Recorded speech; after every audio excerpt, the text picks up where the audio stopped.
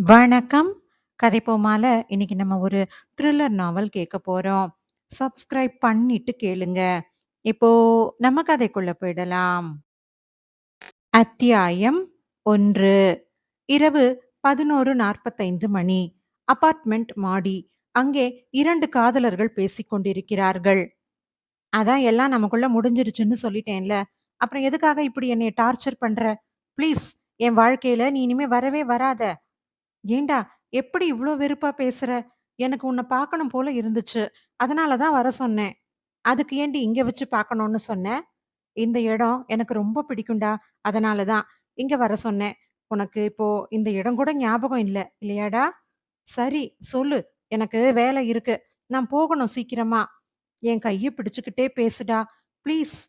அவளுடைய கையை பிடித்துக் கொள்கிறான். சரி சொல்லு. உன் தோளுல சாஞ்சுக்கிட்டாடா. ப்ளீஸ். என்னடி ஆச்சு உனக்கு? இல்லடா, நாம பிரிஞ்சிடலான்னு நீ சொன்னதுல இருந்து எனக்கு மனசு சரியில்ல. ரொம்ப கஷ்டமா இருக்குடா. என்னால எதையும் அவ்ளோ ஈஸியா மறக்க முடியல.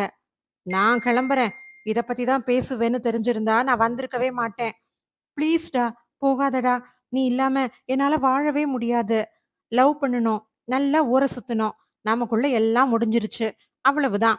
ஆனா, கல்யாணம் அப்படின்னு நெனைக்கும்போது, எங்க வீட்டுல ஏத்துக்க மாட்டாங்க கண்டிப்பா. அதுவும் உங்க அம்மா இப்படி ஒரு தொழில். எப்படி எங்க வீட்ல ஒத்துக்குவாங்க? ம். ஏன்டா, ஏன் இப்படி பேசுற? இதெல்லாம் தெரிஞ்சு உனக்கும் பிடிச்சு தானேடா பழகுன? உனக்கு என் உடம்பு மட்டும் தான் தெரிஞ்சிருக்குது. இல்லையா? ப்ளீஸ் டி புரிஞ்சுக்கோ. அவளுடைய அழகான முகம் சோர்ந்து போக கண்களிலிருந்து கண்ணீர் வழிந்தது. சரிடா, நீ போ. இனிமே உன்ன நான் தொந்தரவு செய்ய மாட்டேன். ரொம்ப தேங்க்ஸ் டி. ஆனா இதுவே கடைசியா இருக்கட்டும் நம்ம பார்க்கறது. ம். சரி. அவன் போக அடியெடுத்து வைக்க அந்த அபார்ட்மெண்டின் கீழ் மக்கள் கூடி அலறும் சத்தம் கேட்க அவன் மாடியிலிருந்தே எட்டிப் பார்த்தான். அவள் உடல் சிதறி கிடந்தாள். அவன் அந்த அதிர்ச்சியிலிருந்து மீள்வதற்குள் அந்த மாடியின் அடுத்த முனையில் மற்றுமொரு பெண் உடல் சிதறி கீழே கிடந்தாள். அவன் அதிர்ச்சிக்கும் மேல் அதிர்ச்சியாகி என்னவென்று யோசிப்பதற்குள் என்னென்னவோ நடந்தேறிவிட்டது. கீழிருந்த மக்கள் கூட்டத்தில் கலந்து நின்றான். அனைவரும் அந்த இரு பெண்களும் இறந்ததை பற்றி பேசிக்கொள்ள அவன் வேகமாக அந்த இடத்தை விட்டு வெளியேறினான். நடந்ததையே தொடர்ந்து நினைத்துக்கொண்டு வீட்டிற்குச் சென்றான். அத்தியாயம் 2. 6 மாதத்திற்கு பிறகு. தமிழ், கவிதா. இந்த தம்பதிக்கு 3 பிள்ளைகள். மூத்தவன் பிரபு, 28 வயது. நடுப்பிள்ளை ரமேஷ், அவனுக்கு 22 வயது. கடைசியாக ஒரு பெண், கல்பனா, அவளுக்கு 19 வயது. இவர்கள் குடும்பத்தை பற்றி சொல்ல வேண்டுமென்றால் ரொம்ப கட்டுக்கோப்பான குடும்பம். கடவுள் நம்பிக்கை அதிகம் உள்ளவர்கள் எல்லோருமே. 20 வருடமாக இதே திருச்சியில் தான் இருக்கிறார்கள். சென்னையில் மேடவாக்கத்தில் கார்த்திக் ஜனனிக்கு பிறந்த அழகான பெண் நிதிஷா. அவளுடைய அழகுக்காகவே நிறைய பசங்க வருவார்கள். ஆனால் விதி பிரபு நிதிஷாவுக்கு கல்யாணம் முடிவாகியது. அடுத்த மாதம் கல்யாணம். வீட்டில் கல்யாண வேலை தடபுடலாக நடந்து கொண்டிருந்தது. அன்று காலையில் பிரபுவின் அம்மா அப்பா கோவிலுக்கு போய் ஜோசியரை பார்ப்பதாக இருந்தது. அதனால் கிளம்பிக் கொண்டிருந்தார்கள். அம்மா கவிதா, போகலாமா? ஏற்கனவே மணி ஆயிடுச்சு. என்னதான் இருந்தாலும் நம்ம குடும்ப ஜோசியரையும் பார்த்து எல்லாத்துக்கும் நல்ல நேரம் பார்த்து குறிச்சிட்டு வர வேண்டாமா? ம். சீக்கிரமா கிளம்பு. அந்த ரமணன் ஜோசியர் தான் தமிழ் குடும்பத்துக்கு 10 வருடமாக நெருங்கிய சொந்தம் போல இருந்தார். எதுவானாலும் அவரை கேட்காமல் தமிழ் செய்ய மாட்டார். "தோ வந்துட்டேன் வந்துட்டேன்." வயதானாலும் கவிதா அம்மாவுக்கு இந்த இளமை அழகு குறையவே இல்லை. மஞ்சள் நிற புடவையில் தேவதை போல இருந்தார். எவர்கிரீன் கவிதா. என்ன சொல்றீங்க? எனக்கு ஒண்ணும் புரியலையே. ஆமா, பட்டிக்காட்டுக்கு எப்படி புரியும்? டேய் ரமேஷ், இங்க பாருடா உங்க அப்பாவ. அம்மா, அப்பா உன்ன வர்ணிக்கிறாருமா. வெட்கத்தில் முகம் சிவந்த கவிதா, புள்ளைக்கு கல்யாணம் பண்ணி வைக்க ஏற்பாடு நடந்துகிட்டு இருக்குது. இப்ப என்னமோ இள வயசு ஜோடி மாதிரி பேசுறீங்க. ம். நடங்க போகலாம். ஏண்டி, சாகுற வயசுலயும் சொல்லுவேண்டி, என் பொண்டாட்டி எனக்கு அழகிதான். சரி சரி, அளந்ததெல்லாம் போதும், போகலாம். இருவரும் காரில் ஏறி கார் வேகமாக புறப்பட்ட சிறு நேரத்திலேயே கோவிலை அடைந்தார்கள். கோவில் மலையடிவாரத்தில் ஒரு அகோரியை பார்க்கிறார்கள். அவர் இவ்விருவரையும் பார்த்து சத்தம் போட, உங்க குடும்பத்துல உயிர் பலி நடக்க போகுது. எல்லாரும் சாக போறீங்க. இதை கேட்ட கவிதாவுக்கு உயிரே நின்றது போல இருந்தது. "என்னங்க இப்படி சொல்றாரு? வாங்க போய் என்னன்னு கேட்போம்." "ஏ வாடி நம்ம போகலாம். எவனோ பைத்தியக்காரன் காசுக்காக ஒளறிக்கிட்டு இருக்கிறான். நீயும் பைத்தியம் மாதிரி பிஹேவ் பண்ணாத. நீங்க போங்க, நான் கேட்டுட்டு வரேன்." "இவ சொன்னா கேட்க மாட்டா" என்று மனதில் திட்டிக்கொண்டே இருவரும் அவரை நெருங்கினார்கள். "சாமி, ஏன் எங்கள பார்த்து அப்படி சொன்னீங்க?" "நடக்க போறத சொல்லித்தானேம்மா ஆகணும்." "யோவ், மரியாதையா போயிடு. இதுக்கு தான் சொன்னேன். ஒழுங்கா வாடி போகலாம்." "கத்தாதீங்க, எல்லாரும் பார்க்கறாங்க." "கோவிலுக்கு போங்க. உங்களுக்கு பெரிய அதிர்ச்சி காத்துக்கிட்டு இருக்கு. அப்போ உங்களுக்கு என் ஞாபகம் வரும். அப்ப நான் இங்க இருக்க மாட்டேன். இங்க ஒரு தலைமுடி சுத்தப்பட்ட சங்கிலி, மோதிரம், அரைஞாண் கயிறு இருக்கும். அத எடுத்துக்கிட்டு போயி உங்க வீட்டு பீரோ மூலையில வச்சு பூட்டி வைங்க." அதைக் கேட்டதும் கவிதாவுக்கு மேலும் பயம் அதிகரிக்க, தமிழுக்கு கோபம் அதிகரிக்க, கோபத்தை தணிக்க இருவரும் மலையேறி கோவிலுக்கு சென்றார்கள். ஒரே கூட்டமாக இருக்க இருவரும் நெருங்கி கூட்டத்தை விலக்கிக் கொண்டு போய் பார்க்க, அங்கே ஜோசியர் இரத்த வெள்ளத்தில் இறந்து கிடந்தார். அத்தியாயம் 3. ஜோசியர் இறந்து கிடக்க கூட்டத்தில் நல்லா தானே இருந்தாரு, எப்படின்னு தெரியல, இப்போ இப்படி ஆயிடுச்சு, பாவம் நல்ல மனுஷன். இப்படி தோன்றியதை யார் யாரோ பேசிக் கொண்டிருக்க, இதை பார்த்த கவிதா பயத்தின் உச்சத்திற்கே சென்றாள். தமிழுக்கு அதிர்ச்சியாகிவிட்டது. என்ன எப்படி என்று யோசிக்கும் போதே இருவருக்கும் அந்த அகோரியின் ஞாபகம் வரவே வேகமாக கீழே இறங்கினார்கள். அந்த அகோரி சொன்னது போலவே அந்த இடத்தில் அவர் இல்லை. ஆனால் அவர் சொன்னபடி பொருட்கள் அங்கேயே இருந்தது. அதை இருவரும் எடுத்துக்கொண்டு காரில் புறப்பட்டார்கள். காரில் போகும்போதே கவிதா புலம்பிக் கொண்டே வந்தாள். அங்க நடந்ததையெல்லாம் நினைக்கும்போது என் நெஞ்சே வெடிச்சிரும் போல இருக்குதுங்க. அதெல்லாம் ஒண்ணும் இல்ல. பயப்படாத கவி. இல்லைங்க. அவரு சொன்ன மாதிரியே நடந்துருச்சே. அப்போ நம்ம குடும்பம் அழியப் போகுதுன்னு சொன்னதும் நடந்துருமாங்க? ஏய், ஒளராதடி. அதான் அவரு சொன்ன மாதிரி பொருட்கள எடுத்துக்கிட்டு வந்துட்டோம்ல. அப்புறம் என்ன உனக்கு? இருந்தாலும் பயமா இருக்குதுங்க. அட, பேசாம வாடி. சும்மா நொய் நொய்ன்னு. இருவரும் வீட்டிற்கு சென்று எடுத்து வந்த முடி சுற்றப்பட்ட சங்கிலி, மோதிரம், அரைஞாண் கயிறு என்று எல்லா பொருட்களையும் அகோரி சொன்னபடியே பீரோவில் வைத்து பூட்டினார்கள். இப்பதாங்க எனக்கு மனசுக்கு நிம்மதியா இருக்கு. ம். எனக்கும் தான். இனிமே இந்த தெய்வ சக்தி நம்ம எல்லாரையும் கெட்டதுல இருந்து காப்பாத்தும். பயப்படாத. தங்கள் கண்முன் நடந்த அனைத்தையுமே இருவரும் யாரிடமும் வெளிக்காட்டிக் கொள்ளவில்லை. எப்பொழுதும் போல அவர்களும் கல்யாண வேலைகளில் மும்முரமாக இருந்தார்கள். இதற்கிடையில் பிரபுவும் நிதிஷாவும் அவர்களின் நண்பர்கள் வீட்டுக்கு சென்று அழைப்பிதழ்களை கொடுக்கிறார்கள். இருவரும் சந்தோஷமாக வண்டியில் பேசிக்கொண்டே வந்தார்கள். சட்டென்று அவர்கள் இருவரையும் புரட்டி போட்டது ஒரு லாரி. என்ன நடந்ததென்று எழுந்து பார்க்க கூட முடியாத அளவிற்கு பிரபுவிற்கு வலித்தது. கண் விழித்துப் பார்க்கையில் மருத்துவமனையில் இருந்தான். அவனை சுற்றி கவிதாவும் கல்பனாவும் அமர்ந்து அழுது கொண்டிருந்தார்கள். பிரபு நிதிஷாவை பற்றி விசாரித்தான். அவள் இன்னமும் ஐசியூவில் இருப்பதாக சொன்னார்கள். "என்ன பிரபு, இப்ப எப்படி இருக்கு? ரொம்ப வலிக்குதா?" "இல்லம்மா, பரவாயில்ல." "அப்பா, ரமேஷ்லாம் எங்க?" "டாக்டர் கூப்ட்டுருக்காங்க. அதனால பார்க்க போயிருக்காங்கடா." பேசிக் கொண்டிருக்கும் போதே தமிழும் ரமேஷும் உள்ளே வந்தார்கள். "என்னங்க, டாக்டர் என்ன சொன்னாரு? ஒன்னும் பிரச்சனை இல்லல்ல?" "அதெல்லாம் எந்த பிரச்சனையும் இல்ல. உன் பையன ஒரு வாரத்துல வீட்டுக்கு கூட்டிக்கிட்டு போயிடலாம்." "அப்போ நிதிஷா?" "அவளுக்கு தலையில ரொம்ப அடியாம். எங்களால முடிஞ்சத பண்றோம்னு சொல்லி இருக்கிறாங்க." இதை கேட்டதும் பிரபு அழுதுவிட்டான். அவனை சமாதானம் செய்ய கவிதாவும் தமிழும் முயற்சி செய்ய அவன் நிதிஷாவை பார்த்தே ஆக வேண்டும் என்று பிடிவாதமாக இருந்தான். அந்த நேரத்தில் நிதிஷா அம்மாவும் அப்பாவும் உள்ளே வர அவர்களுடன் நிதிஷாவை பார்க்கச் சென்றான். உள்ளே அவள் தலையில் கட்டு, என்னென்னமோ குழாய்கள் என்று பார்க்கவே பிரபுவிற்கு பயமாக இருந்தது. ஆனால் இந்த கதறலும் பயமும் அவளின் சொத்திற்காகவும் அழகிற்காகவும் என்று யாரும் அறியாத வண்ணம் அவளை அன்பாக பார்த்து கொண்டான். இப்பொழுதும் அதே அன்பு மாறாமல் அவளை கவனித்துக் கொண்டான். அவளும் கொஞ்சம் கொஞ்சமாக உடல்நிலை தேறி கல்யாணத்திற்கு தயாரானாள். சரியாக 2 மாதங்கள் கழித்து இருவருக்கும் பெரியோர்களின் ஆசியுடன் பிரம்மாண்டமாக திருமணம் முடிந்தது. குடும்பம் மொத்தமும் இன்பத்தில் மூழ்கி இருந்தது. இனி வரும் அதிர்ச்சி கலந்த சோகங்கள் பற்றி தெரியாமல். அத்தியாயம் 4. முதலிரவிற்கான ஏற்பாடுகள் நடந்து கொண்டிருக்க பிரபு, நிதிஷா தனியாக பேசிக் கொண்டிருந்தார்கள். அவர்களை பார்க்க கவிதாவிற்கு சந்தோஷமாக இருந்தது. சில மணிகளில் பிரபுவும் நிதிஷாவும் தனிமையில் கிடத்தப்பட்டார்கள். இவர்கள் ஒரு புறம் இருக்க, கல்பனா, ரமேஷ், தமிழ், கவிதா இவர்கள் நால்வரும் ஒரு அறையில் அமர்ந்து பேசி நேரத்தை செலவழித்துக் கொண்டிருந்தார்கள். கல்பனா அமைதியாக இருப்பதை உணர்ந்து, "என்ன கல்பனா, அமைதியாயிட்ட? என்னாச்சு?" "அம்மா, வெளியில ஏதோ குழந்தை அழறது மாதிரி சத்தம் கேக்குதும்மா." "எனக்கு எதுவும் கேட்கலையேடி." "ரமேஷ், உனக்கு கேக்குதா?" "என்னங்க, உங்களுக்கு ஏதாவது கேக்குதா?" "இல்லையேம்மா." "சும்மா எதையாவது நெனச்சுக்கிட்டு சொல்லாத கல்பனா." "அப்பா, அவள திட்டாதீங்க. நல்லா கவனிச்சு கேளுங்க. எனக்கு கேக்குதுப்பா." ரமேஷ் சொல்ல 4 பேரும் கூர்ந்து கவனிக்க, ஒரு குழந்தை அலறும் சத்தம் ஓலமாக கேட்டது. அனைவரும் திடுக்கிட்டு போக, "ரமேஷ், என்னன்னு போய் பாருடா. எனக்கு ரொம்ப அசதியா இருக்கு." "போங்கப்பா, என்னாலயும் சுத்தமா முடியாது. காலு வலிக்குது. காலையில இருந்து செம்ம அலைச்சல்." "யாரும் போக வேண்டாம். நானே போய் பார்க்கறேன்." கல்பனா எழுந்து போக, வீடே வந்த சொந்தமெல்லாம் கிளம்ப, வெறிச்சோடி எந்த ஆரவாரமும் இல்லாமல் அமைதியாக இருக்க, சத்தம் வந்த இடத்தை நோக்கி கல்பனா நடந்து சென்றாள். அங்கே வாசலில் ஒரு பச்சிளம் குழந்தை தரையில் அலறிய வண்ணம் இருந்தது. அதன் அருகில் சென்று சுற்றுமுற்றும் பார்த்தாள். அங்கு யாருமே இல்லை. அந்த குழந்தை அழவே சில மாதங்களே ஆன அதை கையிலேந்தி அருகில் பார்த்தாள்.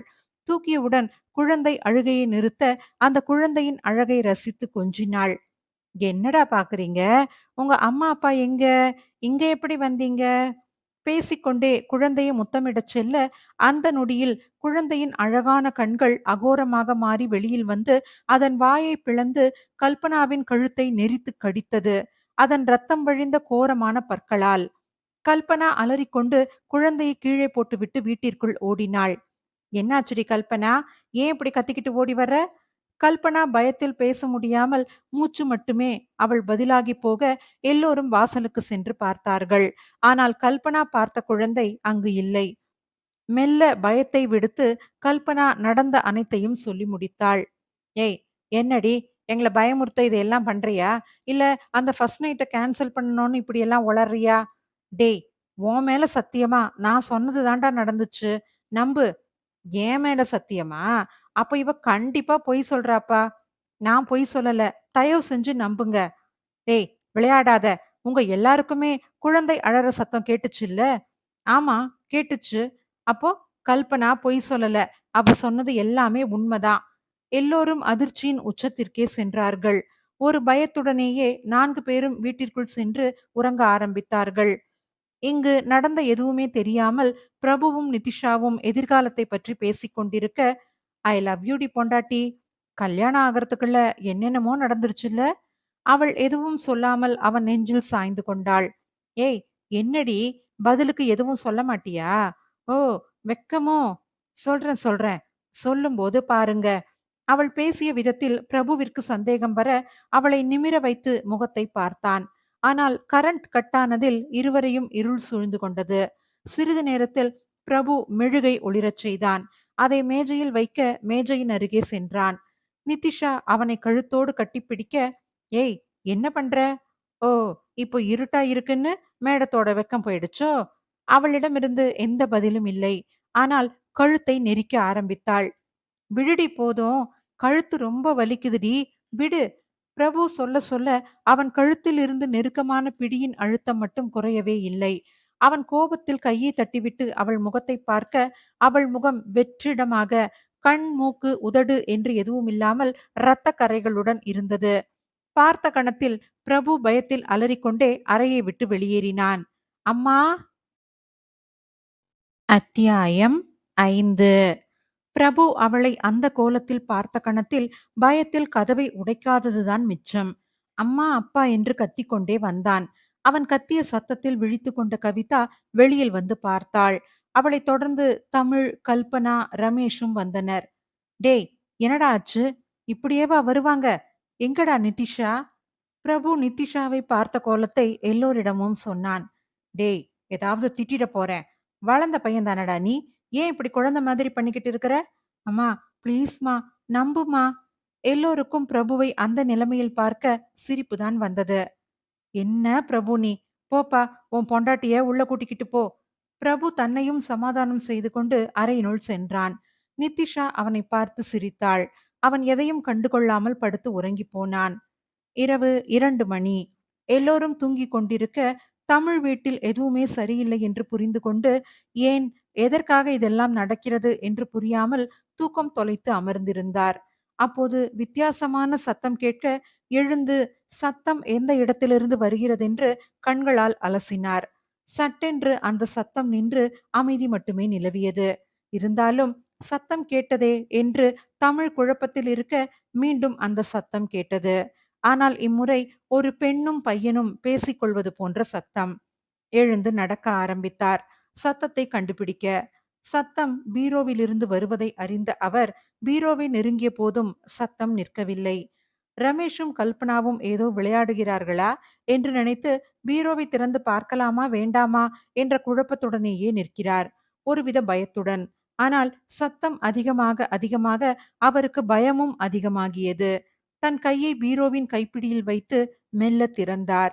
உள்ளே ஒரு பெண் தலையில்லாமல் கையில் குழந்தையுடன் நின்றாள். வேகமாக கதவை அடைத்துவிட்டு திரும்ப அதே பெண் ரத்தம் ஒழுக அவர் முன் நின்றாள். அந்த அறையை விட்டு வெளியேறி கதவருகே ஒரு உருவம் நின்று அவரை இழுத்தது. "என்னங்க, என்ன ஆச்சு? நான் தான் கவிதா. இங்க என்ன பண்ணிக்கிட்டு இருக்கிறீங்க? தூங்கிக்கிட்டு தானே இருந்தீங்க. எதையாவது பாத்தீங்களா? ஏன் இப்படி பயந்து போய் இருக்கிறீங்க?"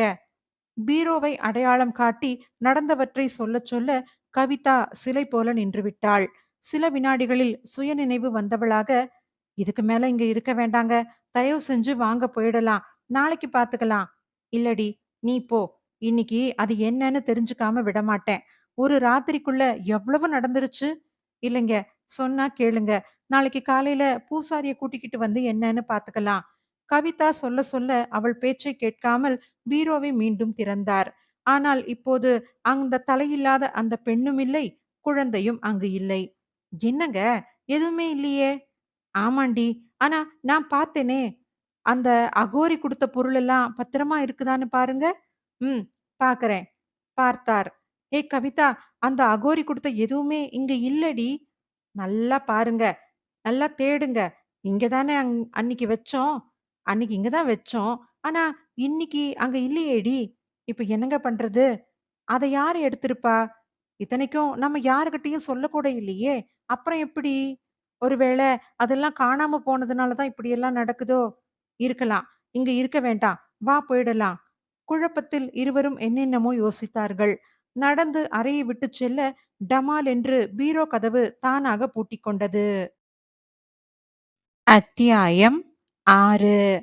பீரோ கதவு தானாக பூட்டிக் கொண்டதைக் கண்டு அலண்டு போய் இருவரும் அவர்களின் அறைக்கு வந்து நின்றார்கள், மூச்சு வாங்க. "என்னங்க, என்ன ஆச்சு நம்ம வீட்டுக்கு? ஏன் இப்படியெல்லாம் நடக்குது? எனக்கு ரொம்ப பயமா இருக்குங்க. இத நம்ம எப்படி எதிர்கொள்ள போறோம்?" முதல்ல கல்பனா, அடுத்தது பிரபு, அடுத்து நாம. எனக்கு எதை யோசிக்கிறது, என்ன பண்றதுன்னு ஒண்ணுமே புரியலையே கவிதா. எனக்கு வேற ஒண்ணு தோணுதுங்க. "என்ன கவிதா?" "எனக்கு என்னமோ அந்த அகோரி குடுத்த பொருட்களால தான் இப்படியெல்லாம் நடக்குதோன்னு தோணுது. அதெல்லாம் நம்ம வீட்டுக்கு கொண்டு வந்த பிறகு தான் இப்படியெல்லாம் நடக்குது. அதே சமயம் அத யாரு எடுத்துக்கிட்டு போவாங்க? சொல்லுங்க." அவள் சொல்லி முடிக்கும் முன்பே வீட்டிற்கு வெளியில் ஒரு பெண் அலறி அழுகும் சத்தம் கேட்க, மீண்டும் பயத்துடன் தமிழ் என்னவென்று பார்க்கச் சென்றார். கவிதா அவர் கையை பிடித்து, "என்னங்க, அவசரப்படாதீங்க. இப்போதைக்கு எதையும் தெரிஞ்சுக்காம போக வேண்டாம். எதுவா இருந்தாலும் காலையில பூசாரி கிட்ட சொல்லி என்னன்னு கேட்போம்." "சரி கவிதா." அடுத்து என்ன நடக்கப் போகிறதோ என்ற பயத்துடனே இருவரும் படுத்து உறங்கிப் போனார்கள். காலை 7 மணி. எல்லோரும் தூங்கி எழுந்து நேற்று நடந்த அனைத்தையும் ஒவ்வொருவரும் அவரவர் பாதிப்பை மனதில் அசை போட்டுக் கொண்டே இருக்க, தமிழ் பேசத் தொடங்கினார். "பிரபு, நீயும் உன் பொண்டாட்டியும் கோவிலுக்கு போயிட்டு அப்படியே வெளியில போயிட்டு வாங்கப்பா. இங்கேயே இருந்து எதையாவது நினைச்சுக்கிட்டு இருக்காதீங்க." "ம், சரிப்பா." "கல்பனா, உனக்கு இன்னைக்கு காலேஜ் லீவு தானேம்மா? நானும் அம்மாவும் கோவில் பூசாரி வீட்டுக்கு போய் அவரை பார்த்துட்டு வந்துடுறோம். நீயும் ரமேஷும் வீட்ல இருங்க. பார்த்து பத்திரமா இருங்க. ஏதாவது ஒண்ணுன்னா வீட்ட பூட்டிக்கிட்டு போங்க. நாங்க பாத்துக்கறோம்." "ம், சரிப்பா. பாத்து போயிட்டு வாங்க." பிரபு, நித்திஷா இருவரும் கோவிலுக்கு கிளம்ப, தமிழும் கவிதாவும் கிளம்பினார்கள். ரமேஷும் கல்பனாவும் தனியாக. "ஏ கல்பனா, என்ன பண்ற?" "பேப்பர் படிக்கிறேன்டா. தெரியலையா?" அது இல்ல, நேத்து அந்த குழந்தை கடிக்க வந்துச்சு அப்படின்னு சொன்னது, இதெல்லாம் சும்மா தானே சொன்னேன். உண்மைய சொல்லேன். டேய்! நெஜமா தான்டா சொன்னேன். ப்ளீஸ்டா நம்புடா. சரி, சரி நம்புறேன். விட்டா அழுதுருவ போல. அத இப்ப நெனச்சாலும் பயமா இருக்குடா. சரி, நான் என் ஆளு கூட வெளியில போறேன். நீ பாத்து பத்திரமா இரு. வழக்கமா இதையெல்லாம் என்கிட்ட சொல்ல மாட்டியே! இன்னைக்கு என்ன புதுசா? இல்லடி, நான் போனதுக்கு அப்புறம் அந்த பேய் வந்து உன்ன பலி வாங்கிருச்சுன்னா, அதான் பத்திரமா இருன்னு சொன்னேன். ஐயோ! நீ போகாதடா! ப்ளீஸ் எனக்கு தனியா இருக்க ரொம்ப பயமா இருக்கு. நான் உன்ன பயமுறுத்த பிட்டு போட்டா, நீ எனக்கே ஆப்பு வைக்கிறியா? போடி இவளே! பை. ரமேஷும் போய்விட்டான். கல்பனா தனியாக வீட்டில் இருக்கிறாள். தமிழும் கவிதாவும் பூசாரி முருகனை பார்க்க அவர் வீட்டிற்கு வந்து காத்துக் கொண்டிருந்தார்கள். பூசாரி முருகன் வர இருவரும் எழுந்து நின்று வணக்கம் சொன்னார்கள். வாங்க தமிழ், எப்படி இருக்கீங்க? என்ன அதிசயம்? 2 பேரும் சேர்ந்து வந்திருக்கிறீங்க. என்ன எதுவும் விசேஷமா? காரணம் இருக்கு சாமி. நீங்க கொஞ்சம் வீட்டுக்கு வந்தா நல்லா இருக்கும். முதல்ல என்ன நடந்துச்சுன்னு சொல்லுங்க தமிழ். தமிழும் கவிதாவும் மாறி மாறி நடந்த அனைத்தையும் ஒன்று விடாமல் சொல்லி முடிக்க, ஒண்ணும் இல்ல சார். கருப்பசாமி கோவில் கயிறு, அப்புறம் எலுமிச்சம்பழம் வாங்கி வீட்டு பூஜை அறையில வைங்க. எல்லாமே சரியாயிடும். இல்ல ஐயா, எங்களுக்கு என்னமோ ரொம்ப தப்பா படுது. அதனால நீங்க கொஞ்சம் சிரமம் பார்க்காம வீட்டுக்கு வந்து பார்த்தீங்கன்னா, கொஞ்சம் நிம்மதியா இருப்போம். 2 பேருமே இப்படி பயந்திருக்கீங்களே! கண்டிப்பா ஏதோ விஷயம் இருக்கு. நான் வரேன் சார். வாங்க போகலாம். பூசாரி சம்மதம் சொன்னதும் அவரையும் காரில் ஏற்றிக்கொண்டு வீட்டிற்கு கிளம்பினார்கள். சில மணி நேரங்களில் வீடு வந்தது. காரை விட்டு இறங்கும் நேரம் வீட்டினுள் யாரோ கத்தும் சத்தம். என்னங்க, அது கல்பனா குரலுங்க. மூவரும் வேகமாக ஓடி வீட்டினுள் நுழைய, கல்பனா தூக்கு கயிற்றில் தொங்கிக் கொண்டு காப்பாத்துங்க, காப்பாத்துங்க என்று கத்தினாள். கல்பனாவின் அலறலை கேட்ட 3 பேரும் வேகமாக உள்ளே சென்று பார்க்கையில், கல்பனா தூக்கு கயிற்றில் தொங்கி தன் இறுதி நிமிடங்களை எண்ணிக்கொண்டிருக்க, தமிழ் அந்த கயிற்றை விட்டு அவளை கீழிறக்க, கல்பனா சிறிது நேரத்தில் சகஜமானாள். அந்த நிமிடத்தில் எல்லோரும் பெருமூச்சு விட்டார்கள். "அடியே, நான் உனக்கு என்னடி கொற வச்சேன்? நீ இப்படி தற்கொலை பண்ணிக்கிற அளவுக்கு என்னடி ஆச்சு? ஏன்டி இப்படி பண்ணுன?" "ஐயோ! அம்மா, கொஞ்ச நேரம் பேசாம சும்மா இருக்கிறியா? நான் எதுவும் செய்யல. ஆனா, அப்பா, இந்த வீட்டுல என்னமோ இருக்குப்பா. அதுதான் என்னையும் தூக்கிக்கிட்டு வந்து இப்படி செய்ய வச்சுச்சு." இதை கேட்ட எல்லோரும் பயத்தில் அழ ஆரம்பித்து விட்டார்கள். பூசாரி, இப்ப புரியுதா? நான் எதுக்கு உங்கள உடனே வீட்டுக்கு வர சொன்னேன்னு? ம். புரியுது. விஷயம் ரொம்ப சீரியஸ் ஆகுது தமிழ். இப்போ இதுக்கு என்னதான் சாமி தீர்வு? தமிழ், முதல்ல வீட்ட நான் முழுசா ஒரு இடம் விடாம பார்க்கணும். தமிழ் வீட்டை சுற்றி காண்பிக்க, இறுதியாக அந்த பீரோ முன்பு நின்றனர் இருவரும். சாமி, இந்த பீரோவுல தான் அந்த அகோரி குடுத்த பொருட்கள வச்சோம். ஆனா, நேத்து நைட்டு பார்க்கும்போது அது இல்ல. இந்த மூலையிலயா? ஆமா சாமி. என்னாச்சு? எதுவும் பிரச்சனையா? இது வீட்டோட அக்னி மூலைங்க. எந்த பொருளையும் இங்க வைக்கக்கூடாதுன்னு தான் சொல்லுவாங்க. நீங்க இங்க வச்சோன்னு சொல்றீங்க? என்ன சொல்றீங்க சாமி? எனக்கு ஒண்ணுமே புரியலையே!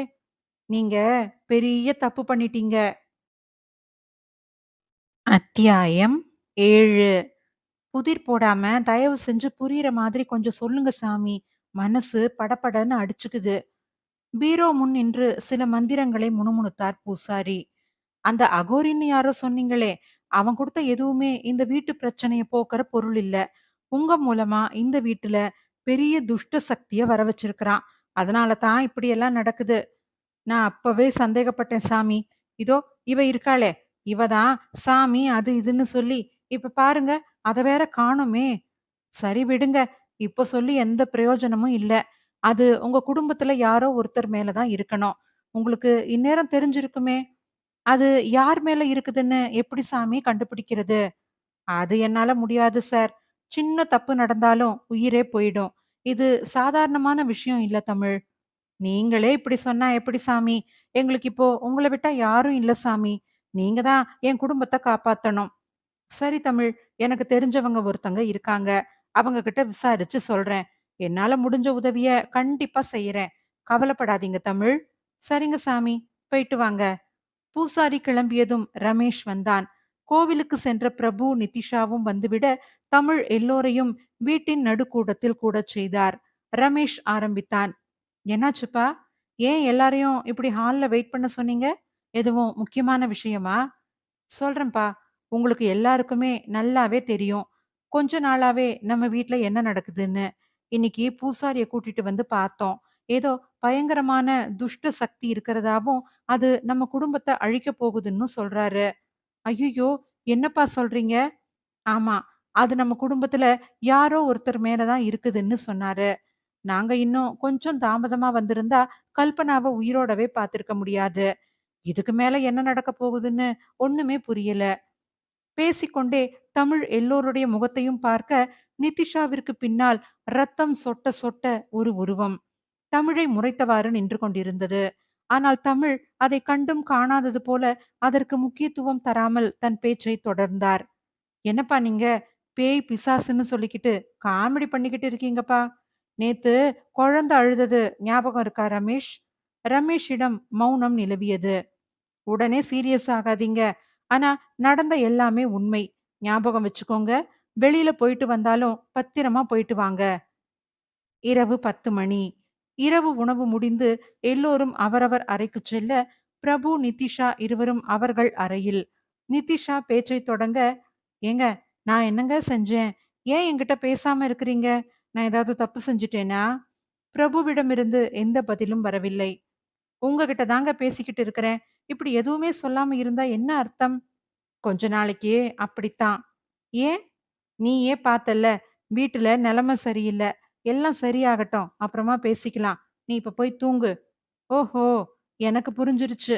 அந்த பேய் என் மேல இருக்குமான்னு சந்தேகப்படுறீங்க. அப்படிதானே?" "ஏய்! லூசா நீ? படு. காலையில பேசிக்கலாம்."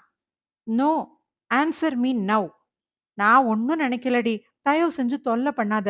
Good night." "ஹலோ. நான் கேட்டதுக்கு இது பதில் இல்ல. ஒழுங்கா சொல்லிட்டு தூங்குங்க." கோபத்தில் எழுந்த பிரபு நிதிஷாவை கழுத்தை பிடித்து நெரித்து தூக்கி வீசினான். "சாவடிச்சிருவேன். போடி. முதல்ல என் பிரபுவை விட்டு போ." நிதிஷா என்ன செய்வதென்று தெரியாமல் அழுது கொண்டே ரூமை விட்டு வெளியேறி வரவும், கவிதா வெளியில் வரவும் சரியாக இருக்க, நிதிஷா கவிதாவை கட்டிக்கொண்டு அழ ஆரம்பித்து விட்டாள். "என்னாச்சும்மா? ஏன் அழுதுகிட்டு இருக்கிற?" நடந்த அனைத்தையும் கேட்டு கவிதா ரூமிற்கு சென்று பிரபுவை பார்க்க, அவன் அசந்து தூங்கிக் கொண்டிருந்தான். "சரிம்மா, நீ போய் தூங்கு. அதெல்லாம் ஒண்ணும் இல்ல. ஏதாவது கனவு கண்டிருப்ப." "சாரி அத்த. எனக்கு பயமா இருக்குது. நான் உங்க கூட வந்து படுத்துக்கிறேன் அத்த." "ப்ளீஸ் அத்த." "சரி வா. வா போலாம்." இரவு மணி 1:45. தமிழ், கவிதா, நித்திஷா, கல்பனா எல்லோரும் ஒரே அறையில் உறங்கிக் கொண்டிருக்க, டொக் டொக் டொக் கதவு தட்டும் சத்தம் கேட்க, கல்பனா முழிப்பு வந்து எழுந்து பார்த்தாள். ஆனால் நடப்பவைகளை நினைத்து பயத்தில் அந்த சத்தத்தை புறக்கணித்தாள். மீண்டும் மீண்டும் சத்தம் கேட்டுக்கொண்டே இருக்க, "அப்பா, எழுந்திருங்கப்பா." "என்னம்மா, என்னாச்சு? தூங்கலையா நீ இன்னும்?" "இல்லப்பா, யாரோ கதவு தட்டுற சத்தம் கேக்குது." அவள் சொல்லி முடிக்கும் முன்பே மீண்டும் சத்தம் வந்தது. தமிழுக்கும் அந்த சத்தம் கேட்க எழுந்து கதவை திறக்க அடியெடுத்து வைத்தார். இன்னமும் பலமாக தட்டும் சத்தம் வந்தது. கதவை திறந்தபோது ரமேஷ் தூக்க கலக்கத்துடன் கண்ணிமையை தேய்த்து கொண்டு நின்றான். தமிழுக்கும் கல்பனாவுக்கும் பயம் போன இடம் தெரியாமல் நிம்மதியில் குதித்தனர். "என்னடா இந்த நேரத்துல?" "என்னன்னு தெரியலப்பா. ரொம்ப கெட்ட கெட்ட கனவா வருது. ஒரு மாதிரி பயமா இருக்குது. அதான் உங்க கூட படுத்துக்கலாமேன்னு வந்தேன்." "ஓ, அப்படியா? சரி சரி, உள்ள வா." ரமேஷ் வந்து கவிதாவிடம் படுத்துக்கொண்டான். உறங்க ஆரம்பிக்கும்போது கதவு தட்டும் சத்தம் மீண்டும் கேட்க, இந்த முறை கவிதா விழித்துக் கொண்டாள். எழுந்து கதவை திறக்கப் போனவளை தடுத்து நிறுத்தினார் ரமேஷ். கல்பனா, நித்திஷாவும் விழித்துக் கொண்டனர். தமிழ் கதவை திறக்கப் போக எல்லோரும் நடுங்கிப் போனார்கள். கதவை திறந்தார். எல்லோரும் அரண்டு போனார்கள். காரணம், "கதவை திறக்க இவ்ளோ நேரமா? என்னதான் பண்றீங்களோ?" என்று சொல்லிக்கொண்டே ரமேஷ் உள்ளே வந்தான். "எல்லாருக்கும் என்ன ஆச்சு? ஏன் என்ன அப்படி பார்க்குறீங்க? ஏதோ கத்துன சத்தம் கேட்டுச்சு." தமிழ் பயத்தை மறைத்துக்கொண்டு, "என்னடா இந்த நேரத்துல?" "நீங்க எல்லாரும் காப்பாத்துங்கன்னு கத்துற சத்தம் கேட்டுச்சுப்பா. அதான் அவசரமா என்னன்னு பார்க்க வந்தேன்." அப்போது எல்லோரும் கீழே படுத்துறங்குவது யார் என்று குழப்பத்திலும் பயத்திலும் பார்க்கிறார்கள். தமிழ் போர்வையை விலக்க அருகில் சென்று, "ரமேஷ்." அவர் கூப்பிட்டும் எந்த அசைவும் சத்தமும் இல்லாமல் இருந்தது. தமிழ் தைரியத்தை வரவழைத்துக் கொண்டு போர்வையை விலக்கினார். அத்தியாயம் 8. தமிழ் போர்வையை விலக்க உள்ளே கருமையை பூசியது போல ஒரு உருவம், உடம்பெல்லாம் முடியாக, உடம்பெல்லாம் ரத்தம் சொட்ட, கையில் தலையோடு நின்றது. அதை பார்த்த அனைவரும் அலறிக்கொண்டே அந்த அறையை விட்டு வெளியேற முயன்றார்கள். ஆனால் கல்பனா நிலை தடுமாறி கீழே விழுந்தாள். கல்பனாவால் எழ முடியாமல் இருக்க அந்த உருவம் அவளை நெருங்கிக் கொண்டே வந்தது. அவள் படுத்துக்கொண்டே நகர முயல வேகமாக ரமேஷ் அவளை வெளியே இழுத்து அறைக்கதவை மூடினான். 5 பேரும் நடுக்கூடத்தில் மரண பயத்துடன் உட்கார்ந்து கொண்டிருந்தனர். அறைக்கதவு மெதுவாக திறக்கும் சத்தம் கேட்க அனைவரும் அறைக்கதவில் பார்வையை செலுத்தி இமைகளை இமைக்காமல் பார்த்து கொண்டிருந்தனர். அவர்கள் பார்த்தது வீண் போகாத அளவிற்கு அறையில் பார்த்த அதே உருவம் மெல்ல ஊர்ந்து சென்றது. சென்ற இடமெல்லாம் ரத்தம் சொட்டி இழுத்திருந்தது. இறுதியாக ரமேஷிடம் சென்று அவனையே உற்று பார்த்தது. அவன் பயத்தில் உறைந்து போய் அசையாமல் இருந்தான். நேத்து வர இந்த பேய் பிசாசு பூதம் எல்லாம் கட்டுக்கதைன்னு நினைச்சுக்கிட்டு இருந்தேன். ஆனா இப்போ கண் எதிரையே பார்க்கும்போது மூச்சே நின்னுடும் போல இருக்கே. அதிர்ச்சி கலையாத குரலில் நடுக்கத்துடன் கூறினான். என்ன நடக்க போகுதோ நம்ம குடும்பத்துக்கு, நினைச்சாலே பயமா இருக்குது. போக போக நிலைமை ரொம்ப மோசமா போய்கிட்டு இருக்குது. இப்படி புலம்புறதுனால ஒன்னும் ஆக போறது இல்லைங்க. இனிமேதான் நம்ம இன்னும் ஜாக்கிரதையா இருக்கணும். நீங்க முதல்ல பூசாரி கிட்ட பேசுங்க. ஏதாவது உடனே இதுக்கு நம்ம தீர்வு பண்ணியே ஆகணும். சரி கவிதா, காலையில கேக்குறேன்.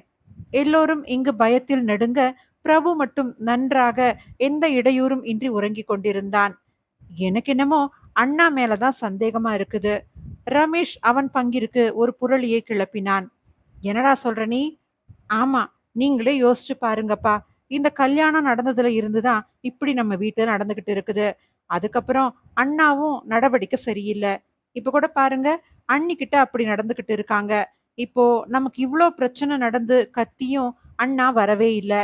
இதையெல்லாம் வச்சு பார்க்கும்போது அப்படித்தான்ப்பா தோணுது. சரிடா, என்னன்னு பார்க்கலாம். பொழுது விடிந்தது. மணி 6. எல்லோரும் எழுந்து அவரவர் வேலையை பார்த்தனர். தமிழ் தேநீர் பருகிக் கொண்டே யோசித்தார். சட்டென கவிதா சொன்னது ஞாபகம் வந்தவராய் கைபேசியை எடுத்து உயிர் கொடுத்து பூசாரிக்கு பேசினார். வணக்கம் சாமி. சொல்லுங்க தமிழ். சாமி, நான் அன்னைக்கு சொல்லி இருந்தேனே, இங்க நிலைமை ரொம்ப மோசமா இருக்கு சாமி. நீங்க யாரையோ பேசி பாக்குறேன்னு சொன்னீங்களே, என்னாச்சு? ஆமா தமிழ், நானே இன்னைக்கு உங்ககிட்ட பேசலான்னு இருந்தேன். நான் ஒருத்தர்கிட்ட பேசிட்டேன் தமிழ். அவங்க இன்னைக்கு நைட்டு ஒரு 10 மணிக்கு பூஜையை வச்சுக்கலான்னு சொல்லி இருக்கிறாங்க. இன்னைக்கு பண்ணிடலாமா? உங்களால எல்லாத்தையும் ஏற்பாடு செய்ய முடியுமா? அதெல்லாம் நான் பாத்துக்கிறேன் சாமி. என்ன செய்யணும்னு மட்டும் சொல்லுங்க. பொதுவா பூஜைக்கு தேவையானதை எல்லாம் வாங்கி வச்சுக்கோங்க. அதோட உயிருள்ள ஒரு ஆடு, அப்புறம் ஆட்டு ரத்தம் ஒரு 2 லிட்டர், அதையும் வாங்கி வச்சுக்கோங்க. சரிங்க சாமி, நான் தேவையான எல்லாத்தையும் வாங்கி வச்சிடுறேன். இன்னியோட இந்த பிரச்சனை முடிஞ்சிரும்ல? கவலையே படாதீங்க. நாளையில இருந்து உங்களுக்கு உங்க வீட்ல சந்தோஷம் மட்டும்தான். ஆனா இன்னொரு முக்கியமான விஷயம், இந்த பூஜைய பத்தி யாருக்கிட்டையும் சொல்லிக்க வேண்டாம். சரிங்க சாமி. சொல்லி முடித்தவுடன் கைபேசி அணைத்துவிட்டு பொருட்கள் வாங்க வேண்டியதை ரமேஷிடம் கலந்துரையாடி கொண்டிருந்தார். பிரபு அறையை விட்டு வந்து எதுவும் நடக்காதது போல அலுவலகம் கிளம்பினான். தமிழ் அவனை தடுத்து நிறுத்தினார். டேய் பிரபு, என்னடா ஆச்சு உனக்கு? வீட்ல என்ன நடக்குதுன்னு கொஞ்சமாவது உனக்கு தெரியுதாடா?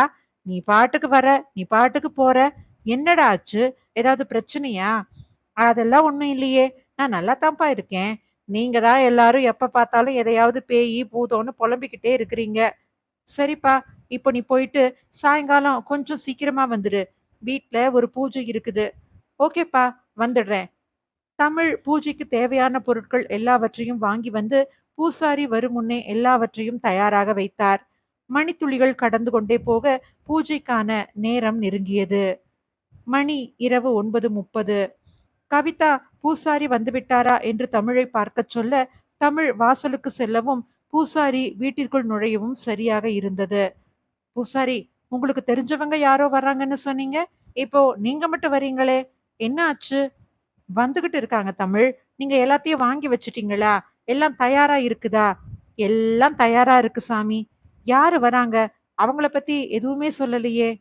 அது இவர்கள் பேசிக் கொண்டிருக்கும் போதே வெளியே ஒரு ஆட்டோ நிற்கும் சத்தம் கேட்டது. இதோ வந்துட்டாங்க.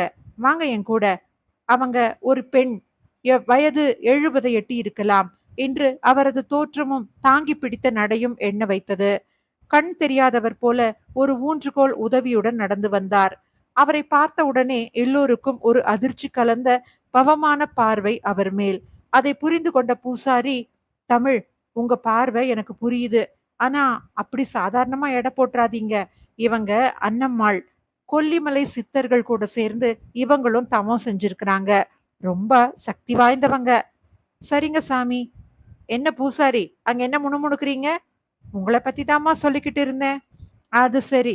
இந்த கண்ணு தெரியாத கிழவிய பத்தி சொல்ல என்னதான் இருக்குது? கவிதா இடைமறித்து அன்னம்மாளிடம், அம்மா, எவ்வளவு செலவானாலும் பரவாயில்ல. இங்க இருக்கிற பிரச்சனைய தீர்த்து வச்சிருங்கம்மா. உங்கள கெஞ்சி கேட்டுக்கிறேன். நான் காசுக்காக இதையெல்லாம் செய்யறவ இல்லம்மா. ஏதோ பாதிக்கப்பட்டவங்களுக்காக என்னால ஆன உதவி. அவ்வளவுதான். அம்மா, நீங்க எதுவும் தப்பா நினைச்சுக்காதீங்க. இங்க நாங்க அந்த அளவுக்கு ரொம்ப கஷ்டத்தையும் பயத்தையும் அனுபவிச்சுட்டோம். அதனாலதான் இப்படி பேசிட்டா. நீங்க பாவம் செஞ்சிருந்தா கண்டிப்பா அதுக்குண்டான தண்டனை உங்களுக்கு கிடைக்கும். அதான் இவ்ளோ பிரச்சனைக்கும் காரணம். கவிதாவும் தமிழும் ஒன்றும் புரியாமல் ஒருவரை ஒருவர் பார்த்து கொண்டனர். இரவு மணி 10 ஆகி இருந்தது. பூசாரி, நான் சொல்றத அப்படியே செய்யுங்க. சரிங்கம்மா. இந்த ஆட்டோட தலைய வெட்டி அந்த ரத்தத்தை ஒரு சொட்டு கீழே விடாம அந்த சட்டியில பிடிங்க. பூசாரி அந்த ஆட்டை துடிக்க துடிக்க வெட்டி ரத்தத்தை பிடித்தார். உயிரோட இருக்கிற இந்த ஆட்டை ஏன் வெட்டுறோம்னு தெரியுமா?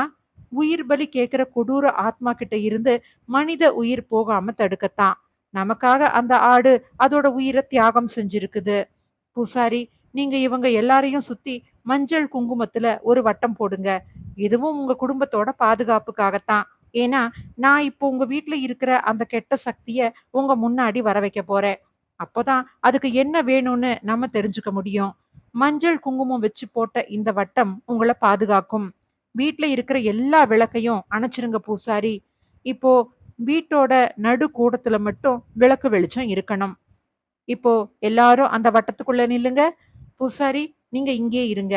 நீங்க எல்லாரும் உங்களோட ஒரு சொட்டு ரத்தத்தை அந்த வட்டத்துல விடுங்க. அவர் சொன்னபடியே எல்லோரும் தங்கள் ரத்தத்தை சிந்தினார்கள். பூசாரி அந்த ஒரு விளக்கையும் அணைத்துவிட்டு அவரும் அன்னம்மாள் சொன்ன அந்த வட்டத்திற்குள் சென்றார். அத்தியாயம் 9. எல்லோரும் வட்டத்திற்குள் நிற்க அன்னம்மாள் எச்சரிக்கை செய்கிறார். இங்க என்ன நடந்தாலும் யாரும் எக்காரணம் கொண்டும் வெளியில வந்துடாதீங்க. உங்களோட கவனத்தை திசை திருப்புற மாதிரி எத்தனையோ விஷயங்கள் நடக்கலாம். வெளியில மட்டும் வந்துடாதீங்க. சரிங்கம்மா. எல்லோரும் பச்சை கொடி காட்டியது போல அன்னம்மாளின் சொற்களுக்கு தலையசைத்தார்கள். அன்னம்மாளும் சில மந்திர வார்த்தைகளை உச்சரித்தார். அந்த கும்மிருட்டில் அவர் எங்கே இருக்கிறார் என்றே தெரியவில்லை. ஆனால் அவர் மந்திர குரல் மட்டும் நன்றாக செவிகளில் விழுந்தது. எல்லோருக்கும் ஒருவித பயம் உண்டாக அன்னம்மாளும் மந்திர வார்த்தைகளை உச்சரிப்பதை நிறுத்தினார். மயான அமைதி நிலவியது. அந்த நேரத்தில் மெதுவாக ஒரு குழந்தை அழும் சத்தம் கேட்கிறது. எல்லோருக்கும் அதிர்ச்சி கலந்த பயம். கதவை யாரோ வேகமாக தட்டுவது போல பயங்கரமான சத்தம். எல்லோரும் பயத்துடன் என்ன நடக்கப் போகிறது என்று பார்த்தார்கள். அப்போது ஒரு சின்ன வட்ட வடிவிலான வெளிச்சம் தெரிகிறது. அந்த வெளிச்சத்தில் ஒரு பச்சிளம் குழந்தை கீழே படுத்து அழுது கொண்டிருப்பது தெரிந்தது. பூசாரி, போய் விளக்க போடுங்க. அன்னம்மாள் பூசாரியிடம் சொல்ல பூசாரி வேகமாக விளக்கை எரியவிட்டு மீண்டும் வட்டத்திற்குள் வந்து நின்றார். இப்பொழுது அந்த குழந்தை எல்லோருக்கும் நன்றாகவே தெரிந்தது. அன்னம்மாள் மந்திரங்களைச் சொல்லி, வெளியில வா, சொல்லு, யாரு நீ, உனக்கு என்ன வேணும்? அப்பொழுது ஒரு பெண் வலியில் துடித்து அழுவது போல ஒரு அழுகை சத்தம். யார் நீ? ஏன் இந்த குடும்பத்தை இப்படி கஷ்டப்படுத்துற? அழுகை சத்தம் மட்டும் கேட்கிறது. ஆனால் கண்ணிற்கு எதுவும் யாருக்கும் தென்படவில்லை. எல்லோரும் பயத்தின் உச்சத்தில் இருக்க வாசலின் கதவு டமால் என்று வேகமாக திறந்தது. அங்கிருந்து என்ன வரப்போகிறதென்று எல்லோரும் ஆவலுடனும் பயத்துடனும் எதிர்கொண்டு நின்றார்கள். கதவின் திறந்த மூலையில் ஒரு தலை தெரிந்தது. அப்படியே அது ஊர்ந்து வந்தது. உடம்பெல்லாம் கருப்பாக, முகம் உடம்பெல்லாம் நெருப்பில் வெந்தது போல, கண்கள் ஒன்று மேலும் ஒன்று கீழும், நாக்கு வெளியில் தொங்கியும் பார்க்கவே அருவருப்பாக இருந்தது. ஆனால் அதன் உருமலில் மிகுந்த கோபத்தில் இருக்கிறது என்பது மட்டும் எல்லோருக்கும் தெளிவாக புரிந்தது. அது என்ன செய்கிறது என்று அன்னம்மாள் கவனித்துக் கொண்டிருந்தார். எல்லோரும் பார்க்கும் வண்ணம் வட்டத்திற்கு முன்னால் வந்து நின்றது. ஒவ்வொருவரையும் மேலிருந்து கீழாக பார்த்து கீழே அழும் அந்த குழந்தையை கையில் தூக்கிக் கொண்டு பிரபுவிடம் ஊர்ந்து வந்தது. பிரபு, பிரபு அதிர்ச்சியுடன் அதை பார்க்கிறான். பிரபு, இங்க வாடா, வந்து என்னைய தொட்டு பாரு. நீயா? நீ எப்படி? என்னாச்சு? நான் தான்டா, காவ்யா தான். உன் காவ்யாடா, இது நம்ம குழந்தைடா. காவ்யா, ஏன்டா? ஏன் என்ன வேணான்னு சொன்ன? நான் உன் கூட சும்மா காலப்போக்குல பழகலடா. உன்னை ரொம்ப உண்மையா விரும்பினேன்டா. உனக்கே அது தெரியும். வீடே அதிரும் அளவிற்கு அதன் அழுகை சத்தம். எல்லோரையும் மேலும் என்ன நடக்கப் போகிறதென்று பயத்துடன் அவள் பேச்சு நினைக்க வைத்தது. எங்க வீட்ல ஒத்துக்க மாட்டாங்க காவ்யா. அதனாலதான் என்ன மன்னிச்சிரு காவ்யா. எப்பவும் உன் கூடவே உன் தோள்ல சாஞ்சுக்கிட்டு உன் கைய பிடிச்சுக்கிட்டு வாழ்நாள் முழுக்க வாழ்ந்து சாகணும்னு நினைச்சேன்டா நானு. ஆனா நீ என்னை ஏமாத்திட்டல்ல. சாரி காவ்யா, என்ன மன்னிச்சிரு. என் நிலைமைய கொஞ்சம் புரிஞ்சுக்கோ ப்ளீஸ். உன்கிட்ட நான் பிரெக்னெண்டா இருக்கேன்னு சொன்னேன். அப்ப கூட உன் மனசு என்னை ஏத்துக்கலல்ல. அவ்வளோ கேவலமானவனா பிரபு நீ? உன்னை லவ் பண்ணத நினைச்சாலே அருவருப்பா இருக்கு. சி. பிரபு தான் செய்த தவறை எண்ணி தன்னால் ஒரு உயிர் போய்விட்டதே என்று அழுதான். இரவு 11:45 மணி. அபார்ட்மெண்ட் மாடி. முதல் அத்தியாயத்தை மறுபடியும் படிக்கவும். நீ என் வாழ்க்கையில இனிமே இல்லைன்னு தெரிஞ்சதும் எனக்கு என்ன செய்யறதுன்னு ஒண்ணுமே தெரியல பிரபு. அதனால தான் அன்னைக்கு நீ பேசிட்டு போனதுக்கு அப்புறம் அந்த அபார்ட்மெண்ட்ல இருந்து குதிச்சுட்டேன். அந்த அபார்ட்மெண்ட் தான் நான் உன்னை விரும்புறதுக்கு காரணமா இருந்துச்சு. அதே இடத்துல இருந்து சாகணும்னு நினைச்சேன். கீழே குதிக்கும் போது எவ்வளவு வலிச்சது தெரியுமாடா? உன்னால நான் என் குழந்தையும் சேர்த்து சாகடிச்சிட்டேன். இது எல்லாமே உன்னால, உன் குடும்பத்தால தானே நடந்துச்சு. என்னால நீ இல்லாம முடியலடா. செத்தும் என்னால நிம்மதியா இருக்க முடியல. தூங்க முடியல, சாப்பிட முடியல, பசி இல்ல, எந்த உணர்ச்சியும் இல்ல. நானும் என் குழந்தையும் செத்ததுக்கு காரணமா இருந்த உன்னையும் உன் குடும்பத்தையும் அழிக்கணும்னு எனக்குள்ள எரிஞ்சுக்கிட்டே இருக்கு. அதனால தான் இங்க வந்திருக்கிறேன். நீயும் என் கூட வந்துரு பிரபு. பிரபு என்ன செய்வதென்று தெரியாமல் தன் குடும்பத்தினரை பார்க்கிறான். தான் செய்த தவறுக்கு தண்டனையை எதிர்பார்த்து வட்டத்தை விட்டு வெளியேறினான். அவனை எல்லோரும் தடுத்தனர். யார் சொல்லியும் கேட்காமல் வெளியே வந்தான். வேண்டாம், வெளியில வராத. அன்னம்மாள் சொல்லியும் அவன் கேட்கவில்லை. காவ்யா அன்னம்மாளை நெருங்கினாள். தலை தனியாக, உடல் தனியாக பிரித்தெடுத்தாள் ஒரே வெட்டில். அன்னம்மாளின் தலையை கையில் வைத்துக்கொண்டு அகோரமாக சிரித்தாள். தான் நினைத்ததெல்லாம் நடந்து முடிந்து விட்டது போல.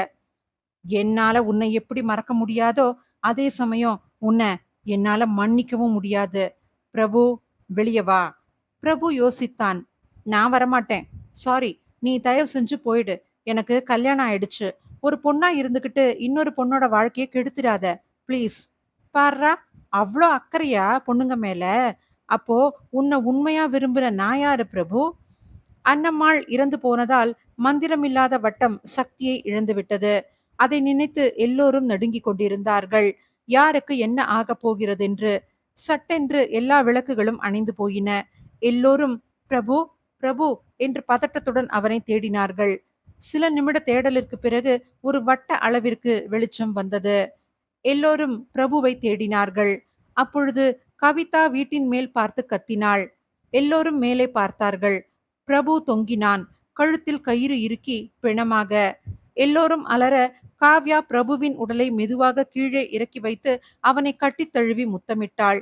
வாழ்க்கை இப்படி ஆகிவிட்டதே என்று அழுதாள். சட்டென கோப பார்வையுடன் எல்லோரையும் நோக்கினாள். நான் வேணும்னா உங்க எல்லாரையும் உயிரோட விட்டுருக்கலாம். ஆனா அவன் உங்க யாரையும் சும்மா விடமாட்டான். அத்தியாயம் 10. சில நாட்களுக்கு பிறகு.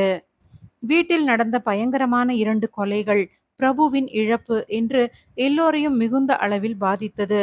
பிரச்சனை முடிந்தால் நிம்மதி கிடைக்கும் என்று நம்பிய குடும்பத்தில் மேலும் நிம்மதியும் சந்தோஷமும் பறிபோனது.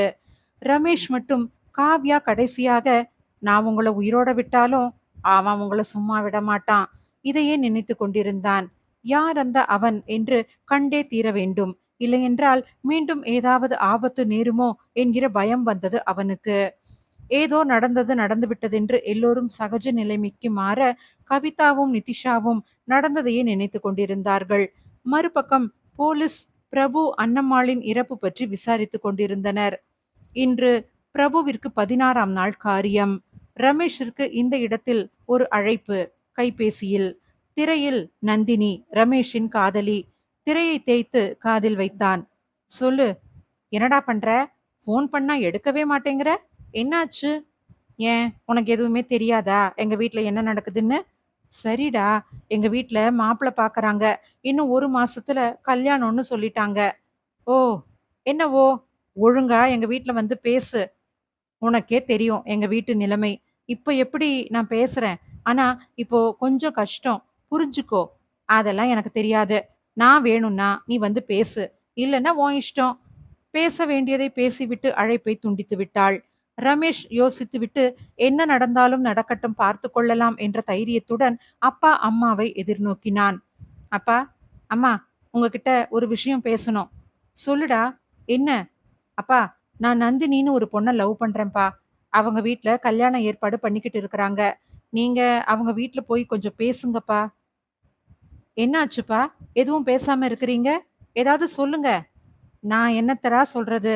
நம்ம ஒதுக்க போயி அந்த பொண்ணு ஏதாவது செஞ்சுக்க போகுது. ஏற்கனவே ஒரு புள்ளைய பறி கொடுத்துட்டு நிக்கிறோம். பயமா இருக்குதுடா. இன்னொரு பிரச்சனை வேண்டாம். நாங்க வரோம். வந்து பேசுறோம். ரமேஷ், தமிழ், கவிதா மூவரும் நந்தினி வீட்டிற்கு சென்று கல்யாண தேதியை முடிவு செய்தார்கள். ஆனால் 1 மாதத்தில் கல்யாணம் முடித்தாக வேண்டுமென்று நந்தினியின் அப்பா, அம்மா நிபந்தனை விதித்தார்கள். கெட்ட காரியம் நடந்த வீட்ல ஒரு நல்ல காரியம் நடத்திருவோம். பேசி முடித்து எல்லோரும் வீட்டிற்கு வர நிதிஷா தன் அறையில் தற்கொலை செய்து கொள்ள முயற்சித்துக் கொண்டிருந்தாள். இதை பார்த்த கவிதா அவளை மற்றவர்களை கூப்பிட்டு காப்பாற்றினாள். நிதிஷா, ஏம்மா இப்படி பண்ணின? அவரே எனக்கு இல்ல அத்த. நான் மட்டும் ஏன் உயிரோட இருக்கணும்? நானும் செத்து போயிடுறேன் அத்த. என்ன விட்டுடுங்க. நாங்க இருக்கோம்மா. நீ எதுக்கும் கவலைப்படாத நிதிஷா. நிதிஷா அவர்களின் ஆறுதலை ஏற்றுக்கொண்டு அமைதியானாள். என்னங்க, என்னாச்சு உங்களுக்கு? நீங்க ஏன் இப்படி இருக்கிறீங்க? இந்த நிதிஷாவ நினைச்சுதான். வாழ வேண்டிய வயசு பொண்ணு. வாழ்க்கைய தொலைச்சிட்டு இப்படி நிக்கிறா. அவ இப்படி இருக்கும்போது ரமேஷுக்கு கல்யாணம் பண்ணணும்னு நினைக்கும்போது ஒரு மாதிரி இருக்குதுடி.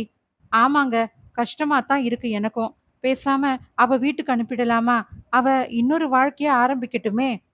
அம்மா நிதிஷா, இங்க பாரும்மா. நீங்க பேசுனது எனக்கு புரியுது மாமா. நான் இங்க இருக்கிறது உங்களுக்கு பிடிக்கலையா மாமா? அப்படியெல்லாம் இல்லம்மா. நீ வாழ வேண்டிய பொண்ணு. உன் மனசுக்கு நீ நல்லா வாழணும்மா.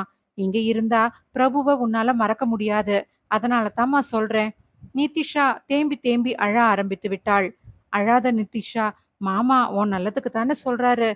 எனக்கு மனசு சரியில்ல அத்த. நான் கொஞ்ச நாள் இங்கேயே இருந்துட்டு போறேனே. ம், சரிம்மா. நீ எவ்ளோ நாள் வேணும்னாலும் இருக்கலாம்மா. உன் வீடு மாதிரி நினைச்சுக்கோ. கோரமான குரலில், இருக்கேன். இருந்து எல்லாத்தையும் முடிச்சுட்டு போறேன். என்னம்மா நிதிஷா? என்ன ஆச்சு? ஏன் இப்படி பேசுற? நிதிஷா ரத்தமாக கரைந்தாள் நீர் போல.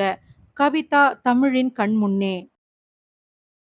அத்தியாயம் 11. கல்யாண வேலைகள் தடபுடலாக நடந்து கொண்டிருந்தது. நிதிஷாவும் பிரபுவை நினைத்து அவன் நினைவிலிருந்து மீள முடியாமல் நாளுக்கு நாள் வருந்திக் கொண்டு இருந்தாள்.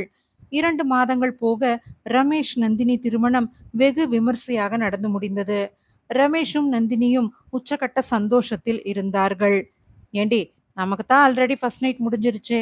இது என்ன ஸ்பெஷலா? அது ஓ மாமனார் வீட்ல நடந்துச்சு. இது ஏன் மாமனார் வீட்ல. அப்போ உனக்கு வேணான்னா சரி விடு. என்ன மூஞ்சி தொங்குது? ஒண்ணுமில்லையே. அண்ணா இறந்து 1 மாசம் கூட ஆகல. அதுக்குள்ள எல்லாமே வேக வேகமா முடிஞ்சிருச்சு இல்ல? அது அவரு செஞ்ச பாவம். சும்மா விடல. அதையெல்லாம் நீ யோசிக்காதடா. அதெல்லாம் பார்த்தா நாம வாழ முடியாது. அதனால என்ன சொல்ல வரேன்னா, இந்த பிரச்சனை எல்லாம் முடியட்டும். அதுக்கப்புறமா நாம இதெல்லாம் வச்சுக்கலாமே. ஓகேடா செல்லம். எனக்கும் பொறுப்பு இருக்குடா. லவ் யூ டி அம்மு. லவ் யூ டூடா. படுத்து சமத்தா தூங்கு. எதையும் நினைக்காம. என்னதான் பிரச்சனைகள் பிரபுவோடு முடிந்தாலும் தமிழ் மனதிற்கு ஏதோ அமைதி கிடைக்கவில்லை. கவிதா, தமிழ், கல்பனா 3 பேரும் வாசலில் அமர்ந்து ஒரு வழியாக எல்லாம் முடிந்தது என்று பேசிக் கொண்டிருக்க அவர்கள் வீட்டை நோக்கி தூரத்தில் யாரோ வருவது போல இருந்தது. இந்த இரவில் அதுவும் 1 மணிக்கு யாரது என்று சந்தேகத்துடனும் பயத்துடனும் பார்க்க அந்த உருவம் இவர்களை நெருங்கிக் கொண்டே வந்தது. பிறகு நொடிப்பொழுதில் காற்றில் கரைந்து அந்த உருவம் இவர்கள் எதிரில் நின்றது. அதை பார்த்த மூவரும் அதிர்ச்சியில் உறைந்து போனார்கள்.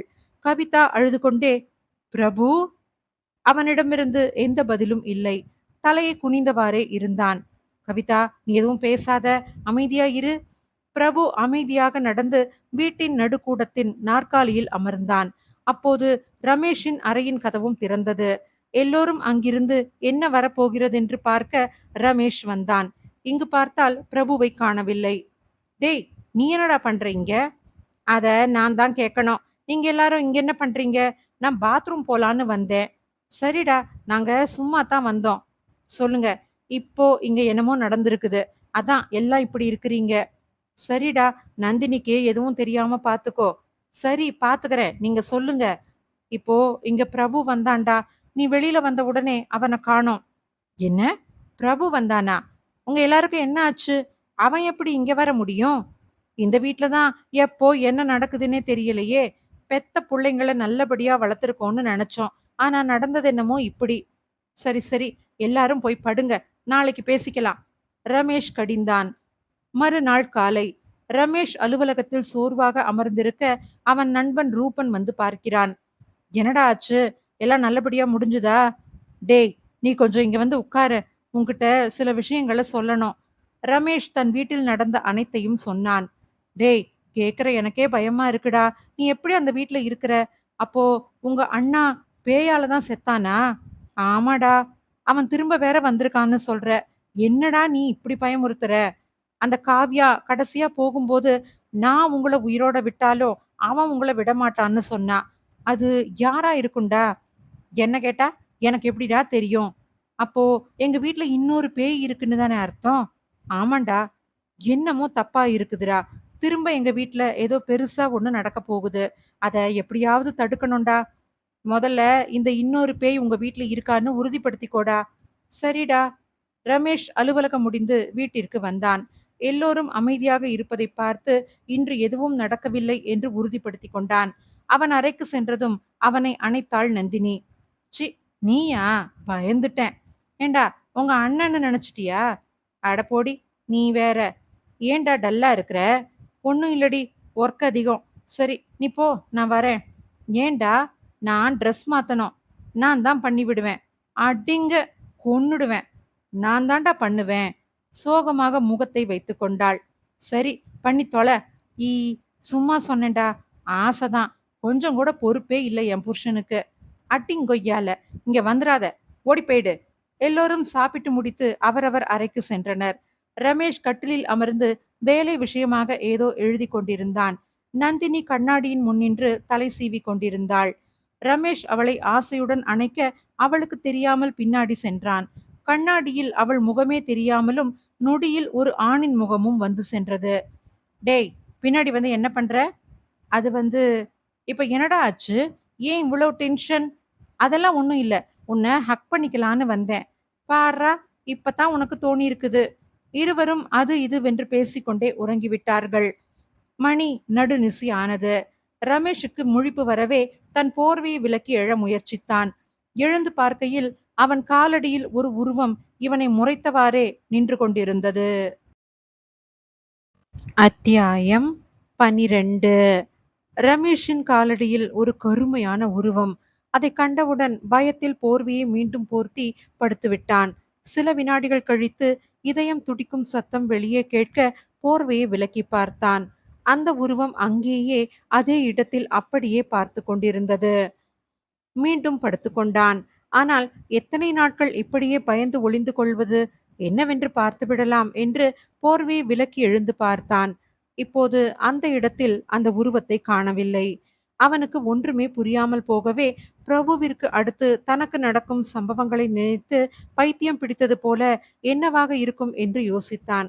காலையில் பார்த்து கொள்ளலாம் என்று மீண்டும் உறக்கத்திற்கு செல்ல படுத்து போர்வையை போர்த்தி கொண்டான்.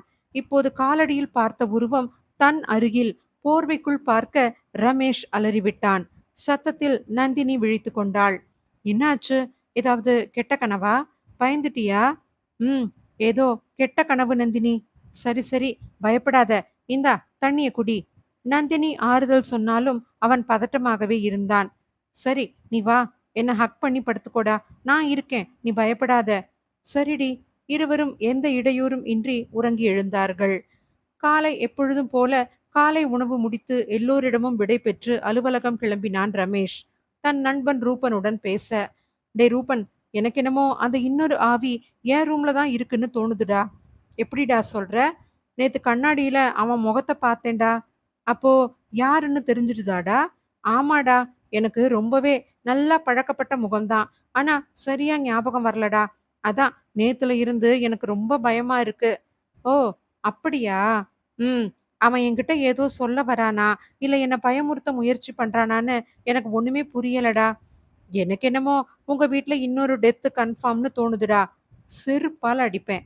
போய் வாய கழுவுடா நாயே! சாரிடா, தோணுச்சு சொல்லிட்டேன். சரி, சரி, அத விடுடா. நீ எனக்கு ஒரே ஒரு உதவி செய்யணுமே. சொல்லுடா, கண்டிப்பா பண்றேன். நீ ஹேக்கிங்ல பெரிய கில்லாடின்னு எனக்கு நல்லாவே தெரியும். அதனால நான் சொல்ற எஃபி ஐடிய மட்டும் ஹேக் பண்ணி அவங்க இன்பாக்ஸ்ல என்ன டெலீட் பண்ண மெசேஜஸ் எல்லாம் இருக்குன்னு பார்க்கணும். முடியுமா? நீ ஐடியா மட்டும் சொல்லுடா. 3 நாள்ல சொல்றேன் எல்லாத்தையும். கல்பனா, நிதிஷா, நந்தினி இவர்களுடைய ஐடியை மட்டும் ரமேஷ் ரூபனிடம் கொடுத்தான். என்னடா, உன் குடும்பத்துல இருக்கிறவங்களோட ஐடிய தந்திருக்கிற? இதுல நான் எப்படிடா பார்க்கறது? என்ன இருந்தாலும் பர்சனல்டா. இதுல உனக்கு என்ன லாபம் இருக்குது? ஆமாண்டா, என் குடும்பத்துல ஒருத்தர தானே அழிக்கணும்னு நினைக்கிறான். அதனால கண்டிப்பா என் குடும்ப ஆளுங்களால பாதிக்கப்பட்டவனா தான் இருக்கணும். அதான் அம்மா அப்பா பத்தி கவலையே இல்ல. அவங்க கனவுலயும் யாருக்கும் கெட்டது நினைக்க மாட்டாங்க. ஒழுக்கம் கட்டுப்பாடுன்னு அந்த காலத்து ஆளுங்க. ஏற்கனவே என் அண்ணன் விஷயமும் இப்படி எஃபில தான் கிடைச்சது. அதான் இதுலயே மறுபடியும் ஏதாவது கிடைக்குதான்னு பார்க்கலான்னு தோணுச்சுடா. கல்பனா, நிதிஷா, நந்தினி இவங்க யாராவது ஏதாவது பண்ணியிருந்தா இந்த காலத்துல யாரையும் நம்ப முடியாது. இது ஒரு ட்ரை அவ்வளோதான்டா. ப்ளீஸ்டா. சரி, சரி, நீ எதுவும் கவலைப்படாத. நான் பார்த்துட்டு சொல்றேன். ரமேஷ் நடக்கப் போவதை தடுத்து விடலாம் என்ற நம்பிக்கையில் வீட்டிற்குள் நுழைந்தான். 3 நாட்கள் கழித்து ரூபன் சொல்லப்போகும் முடிவில்தான் இந்த குடும்பமே எப்படி மீளப் போகிறதென்று நினைத்துக்கொண்டே உறக்கத்திற்கு அழைப்பு விடுத்தான். நடுநிசி. தமிழ் தூக்கம் வராமல் புரண்டு புரண்டு படுத்தார். அப்போது வாசலில் குடுகுடுப்பைக்காரனின் வார்த்தைகள் கேட்க என்ன சொல்கிறான் என்று காதுகளை தீட்டி வைத்து கவனித்தார். அவனும் குடுகுடுப்பையை ஆட்டிக்கொண்டே, அம்மாவாசை நெருங்கிடுச்சு. இந்த வீட்ல இன்னொரு உயிர் போக போகுது. வந்த பிரச்சனை வழியா இன்னொன்னு வந்திருக்குது. இப்படி சொல்லிக்கொண்டே தமிழ் மனதில் குழப்பத்தையும் பயத்தையும் விதைத்துவிட்டு அவன் இடத்தை காலி செய்தான். அடுத்த நாள் காலை 7 மணி. எல்லோரும் அவரவர் வேலையை பார்க்க ரமேஷ் வருவதை பார்த்த தமிழ் அவனை அழைத்தார். ரமேஷ், கொஞ்சம் இங்க வாப்பா, உங்ககிட்ட பேசணும். ம். சொல்லுங்கப்பா. அமாவாசைக்கு இன்னும் 4 நாள் தாண்டா இருக்கு. அதுக்கு என்னப்பா இப்போ? என்னமோ ஏதோ தப்பா நடக்க போற மாதிரியே தோணுதுப்பா. பூஜை பண்ணிடலான்னு முடிவு பண்ணியிருக்கிறோம். சரிப்பா, நான் தேவையானதையெல்லாம் ரெடி பண்ணிடுறேன். இல்ல ரமேஷ், அதெல்லாம் வேண்டாம். ஏற்கனவே ஒருத்தங்க வந்து இறந்து போனதே இன்னமும் கஷ்டமா இருக்குது. வேற என்ன பண்ணலாம்ப்பா? கடவுள் விட்ட வழி. அவங்க அவங்க பண்ணுன பாவத்துக்கு கண்டிப்பா தண்டனை அனுபவிச்சு தான் ஆகணும். எது நடந்தாலும் ஏத்துக்க வேண்டியதுதான். ஆனா எல்லாரும் பார்த்து பத்திரமா இருங்கன்னு சொல்லத்தான் கூப்பிட்டேன். ம். ஒற்றை வார்த்தையில் முடித்துக்கொண்டு அலுவலகம் கிளம்பினான். அவன் இருக்கையில் அமர்ந்திருக்க ரூபன் அவனிடம் வந்தான். டே ரமேஷ், என்னடா, ஏதாவது தெரிஞ்சுச்சா? 3 நாள் ஆகும்னு சொன்ன? தள்ளி போட வேணான்னு நேத்திக்கே முடிச்சுட்டேன்டா. ஆனா நான் சொல்ல போறத கேட்க உன் மனச திடப்படுத்திக்கோ. டேய், சீன் போடாம பயமுறுத்தாம சொல்லுடா. என்ன ஆச்சு? நீ குடுத்த 3 ஐடியையும் ஹேக் பண்ணிட்டேன்டா. என்ன தெரிஞ்சுச்சு? சொல்லுடா வேகமா. அத்தியாயம் 13. சொல்லுடா சீக்கிரம். இப்படி புதிர் போடாதடா. சொல்றேன். முதல்ல நிதிஷா. நிதிஷா கல்யாணத்துக்கு முன்னாடி 5 பேரை லவ் பண்ணியிருக்கிறா. முதல்ல லவ் பண்ணப்போ அந்த பையன் இவளை ஏமாத்திட்டான். அதுக்கப்புறம் லவ் மேல பெருசா ஆர்வம் இல்ல. ஆனாலும் இவ தேவைக்கு யூஸ் பண்ணிக்கிட்டு மத்தவங்க 4 பேரையும் கழட்டி விட்டுட்டா. அது மட்டும் இல்லாம டேட்டிங் எல்லாம் போயிருக்கிறா அவங்க கூட. இவளுக்கு எப்படியாவது பணக்கார பையனா பார்த்து வாழ்க்கையில செட்டில் ஆகணும். அவ்வளவுதான். ரூபன் சொல்லி முடிக்க, டேய், சும்மா சொல்லாதடா இப்படியெல்லாம் என்று ரமேஷ் நம்ப முடியாமல் சொன்னான். டேய், நான் வேணும்னா உனக்கு ஆதாரம் காமிக்கிறேன் பாரு. நேத்து பூரா இந்த கருமத்தை படிச்சு பார்த்து எனக்கு தூக்கமே போயிடுச்சு. அவ்வளவும் உண்மை. ரூபன் தன் கைபேசியில் ஆதாரங்களை காண்பித்து ரமேஷுக்கு உண்மையை உணர்த்தினான். ம். சரிடா, அப்புறம் சொல்லு. அடுத்தது நந்தினிடா. மச்சான், தப்பா எதுவும் சொல்லிடாதடா. என் பொண்டாட்டிடா அவ. உண்மைய சொல்லித்தானடா ஆகணும். என்னடா உண்மை? மனதில் பயந்தான் ரமேஷ் அவன் வார்த்தைகளை கேட்டு. அதுக்கு முன்னாடி உன் மனச திடமா வச்சுக்கோடா. சரி சொல்லி தொலைடா. நந்தினிக்கு இப்ப என்ன வயசு? 21டா. ஏன்? அவ 16 வயசுலயே ஒரு கல்யாணம் ஆனவன் கூட சுத்திக்கிட்டு இருந்திருக்கிறா. வாயில நல்லா வந்துரும். ஒழுங்கா போயிருடா. ரூபன் நந்தினியின் பழைய ஐடியில் இருந்த குறுந்தகவல்களை எடுத்து ரமேஷிடம் காண்பித்து அதையும் நிரூபிக்க ரமேஷ் கலக்கத்தில் நின்றான். என்ன செய்வதென்று தெரியாமல் ரூபனிடம் முகம் காட்ட முடியாமல் நின்றான். இதுக்கே ஷாக்கானா எப்படி? இன்னும் மேடம் நிறைய செஞ்சிருக்கிறாங்க. உனக்கு முன்னாடி கணக்கே இல்லாம நிறைய பேரை லவ் பண்ணி காசு வாங்கிட்டு ஏமாத்தி இருக்கிறா. லாஸ்ட் ஒரு வருஷமா உன்கிட்ட பழகி நீ செட்டிலான குடும்பம்னு தெரிஞ்சதோ தான் உன்னை ஓகே பண்ணியிருக்கிறா. ஓஹோ! ரமேஷிடமிருந்து எந்த பதிலும் இல்லை. சிலை போல நின்றான். அடுத்தது கல்பனா. மச்சான், இவளாச்சும் நல்லவளாடா. வீட்ல ஒண்ணும் தெரியாதவ மாதிரி இருந்துகிட்டு ஒரே டைம்ல 2 பையன்கிட்ட லவ் சொல்லி ஓட்டிக்கிட்டு இருந்திருக்கிறா. போதும்டா யப்பா, தலை வலிக்குது, முடியல. ரமேஷின் மனதில் எல்லோரை பற்றியும் ஒரு அருவருப்பான எண்ணம் ஓடத் தொடங்கியது. நான் இப்போ பண்ணுன வேலை மாமா வேலையை விட கேவலமான வேலை மச்சான். இது எப்படின்னா, நீ பர்சனல்னு நினைச்சு தனியா இருக்கும்போது யாருமே இல்லைன்னு நம்பி பண்ணுன விஷயங்களை பார்த்தாலோ ஒட்டு கேட்டாலோ எப்படி இருக்கும்? அதைத்தான் இப்போ நான் செஞ்சிருக்கேன்டா. ஆனா சத்தியமா இவ்வளோ கேவலமா இருக்கணும்னு நினைச்சு கூட பார்க்கலடா. அப்போ எல்லா பொண்ணுங்களும் பசங்களும் இப்படித்தான் இருப்பாங்க போல. நான் தான் பால்வாடியாவே இருந்துட்டேன். மெசேஜ் கால்ஸ் எல்லாத்தையும் டெலீட் பண்ணிட்டா, ஐடி மாத்திட்டா எல்லாமே அழிஞ்சிருச்சுன்னு நினைச்சுக்கிட்டு இருக்கிறாங்க எல்லாரும். ஏண்டா, இந்த ஃபேஸ்புக் வாட்ஸ்அப்பை கண்டுபிடிக்க தெரிஞ்சவனுக்கு அழிச்ச விஷயங்களை கண்டுபிடிக்க எதுவும் வச்சிருக்க மாட்டானா என்ன? இத யாருமே யோசிக்கிறது இல்ல. இங்க தேவைப்பட்டா எதை வேணும்னாலும் தோண்டி பார்க்கலாம். கொஞ்சம் மூளையை யூஸ் பண்ணுனா போதும். எல்லாமே ஈஸி. எல்லாரும் கெட்டு அழிஞ்சு போறதுக்கு காரணமே இந்த சோஷியல் மீடியா தான். நல்லதே இல்லைன்னு நான் சொல்ல வரல. 10 பேர் நல்லதுக்கு யூஸ் பண்ணுனா மிச்ச 90 பேர் கெட்டதுக்கு தான் யூஸ் பண்றாங்க. ஆமாடா, நானும் நினைச்சு கூட பார்க்கலடா. ரொம்ப ஷாக்கிங்கா இருக்கு. நந்தினி, நிதிஷா கூட ஓகேடா. வெளியில இருந்து வந்தவங்க. இந்த கல்பனா இன்னைக்கு இருக்கு அவளுக்கு. சரி சரி விடுடா. இப்போ யாரால பிரச்சனை? அந்த பேய் யார கொலை பண்ண போகுதுன்னு கண்டுபிடிக்க முடியலையேடா. ரூபன் இளக்காரமாக சிரித்துக்கொண்டே, அத நான் கண்டுபிடிச்சிட்டேன் ரமேஷ். ரமேஷ் ரூபனிடம் பேசிவிட்டு வீட்டிற்கு கிளம்பினான். மணி இரவு 9. ரமேஷின் வீட்டில் ரமேஷ் ஒவ்வொருவரின் முகமாக பார்த்து கொண்டிருந்தான். எல்லோரை பற்றிய கேவலமான எண்ணம். எதையும் யோசிக்காமல் தன் அறைக்கு சென்றான். அவனைத் தொடர்ந்து நந்தினி அவனை கட்டிக்கொண்டாள். ரமேஷ் எதையும் காட்டிக்கொள்ளவில்லை. அவன் மனதில் புரண்டு கொண்டிருந்த ஒரே எண்ணம், திருமணத்திற்கு முன் எல்லோருடைய வாழ்விலும் 1000 விஷயங்கள் இருக்கும். அது நமக்கு தேவையில்லை. சில விஷயங்களை நினைக்காமல் இருப்பதே வாழ்க்கைக்கு நல்லது என்று நினைத்து கொண்டே உறங்கி போனான். காலை மணி 8. இன்று அமாவாசை. எல்லோருடைய முகத்திலும் பயம் கலந்த சோகம். அத்தியாயம் 14. இன்று அமாவாசை. எல்லோரும் என்ன நடக்கப் போகிறதோ என்ற பயத்தில் இருக்க அலுவலகம் கிளம்பிய ரமேஷை தமிழ் நிறுத்தினார். ரமேஷ், இன்னைக்கு யாரும் வெளியில போக வேண்டாம். எல்லாரும் வீட்லயே பத்திரமா இருங்க. சரிப்பா, நம்ம வீட்ல இன்னும் எந்த பிரச்சனையும் தீராம ரொம்ப கஷ்டப்பட்டுக்கிட்டு இருக்கிறோம். அதனால நான் ஒரு பூஜைக்கு ஏற்பாடு பண்ணியிருக்கேன்ப்பா திரும்ப. ஏன் இந்த தேவையில்லாத வேலை உனக்கு? ஏற்கனவே ஒருத்தர் நம்ம குடும்பத்துக்காக வந்து இறந்து போனது பத்தலையா? இல்லப்பா, எல்லாம் நம்ம நல்லதுக்கு தான். இப்போ என்ன நடக்கும்னு தெரியாது. போன தடவை நடந்தது மாதிரி இப்ப எதுவும் நடக்காதுப்பா. என்னமோ பண்ணு. இவர்கள் பேசி முடித்து திரும்பும்போது வாசலில் ஒரு கார் வந்து நின்றது.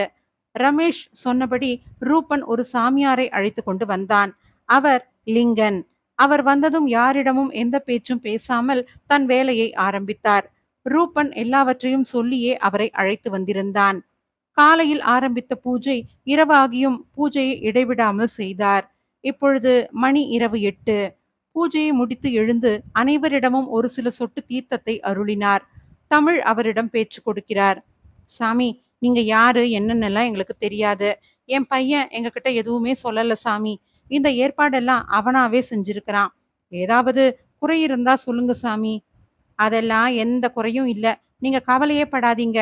இன்னியோட இந்த பிரச்சனை எல்லாம் முடிஞ்சிரும். யாருக்கும் எந்த பாதிப்பும் வராதுல்ல சாமி. நடக்க போறத யாராலையும் தடுக்க முடியாது. நடக்க போறத என்னால காட்ட மட்டும்தான் முடியும். தடுக்கிறது அந்த கடவுளால மட்டும்தான் முடியும். சரிங்க சாமி. சரியா 11 மணிக்கு நிலவின் முழு வீழ்ச்சி ஆரம்பம். அப்போ கெட்ட சக்திகளுக்கு முழு வடிவம் கிடைக்கும். அப்ப என்ன நடக்குதோ அந்த கடவுளுக்கு தான் வெளிச்சம். என்னால ஆன முயற்சிய நான் பண்ணிடுறேன். சரிங்க சாமி. மணி 11. எல்லோரும் ஒன்றாக இருக்க லிங்கன் பூஜையை மீண்டும் தொடங்குகிறார். ஆனால் எதுவும் நடக்கப் போவதாக எந்த அறிகுறியும் தோன்றவில்லை. மணி 11:25. எல்லோரும் மணித்துளிகளை கண்களால் அளந்து கொண்டிருக்க, நொடிகளின் எண்ணிக்கையும் சத்தத்தையும் விட அவர்களின் இதயம் விட்டால் வெளியில் விழுந்துவிடும் அளவிற்கு வேகமான சத்தத்துடன் துடித்துக் கொண்டிருந்தது. தமிழ், கவிதா, ரமேஷ், நந்தினி, நிதிஷா, கல்பனா, ரூபன் என்று எல்லோரும் வீட்டின் நடுக்கூடத்தில் நிற்க, லிங்கன் என்னென்னவோ மந்திரங்களை உச்சரித்துக் கொண்டிருந்தார்.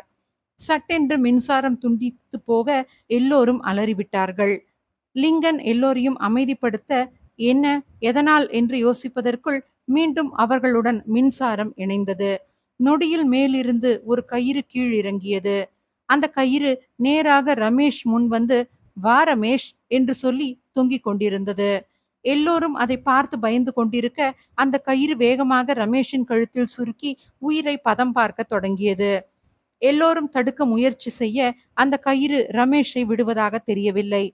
சாமி லிங்கனும் மந்திரங்களை ஓதியும் எந்த பயனும் இல்லை. ரமேஷின் இறுதி மூச்சு வெளிவர முடியாமல் போராடி கொண்டிருந்தது. அந்த சமயத்தில் ஒரு பெண்ணின் உருவம் அவன் அருகே வந்து நின்றது. அவனை தாங்கி பிடித்தது. வெள்ளை நிறத்தில். அந்த பெண்ணின் உருவத்தை ஒரு ஆண் உருவம் ரமேஷை தாங்கி பிடிக்காதவாறு அவளை இழுத்தது. ஆனால் அவனை உதறிவிட்டு ரமேஷை கயிற்றை விட்டு கீழே இறக்க வைத்தது. அவன் கழுத்தின் வலி தாங்க முடியாமல் கழுத்தை பிடித்துக் கொண்டு கண்களை மெதுவாக திறந்தான். அந்த பையனின் உருவம் மீண்டும் ரமேஷை சீண்ட வந்தது. ஆனால் அந்த பெண் அவனை தடுத்து அவன் பாதங்களில் விழுந்து கெஞ்சி அழுதது. பின் அவனும் அவளும் அழுது கொண்டே பாசத்தில் ஒருவரை ஒருவர் தழுவிக்கொள்ள, அவள் அவனை விட்டு ரமேஷ் அருகில் வந்து அவன் நெற்றியில் முத்தமிட்டு விட்டு நின்றது. லிங்கன் தன்னிடமிருந்த மந்திர தீர்த்தத்தை அந்த உருவங்களின் மேல் தெளிக்க இருவரும் முக்தி அடைந்தனர்.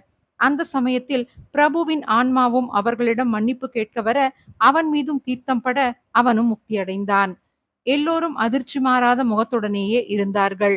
தமிழ் நிகழ்காலத்திற்கு வந்து, சாமி, இங்க என்ன நடக்குது? ஒண்ணுமே புரியலையே.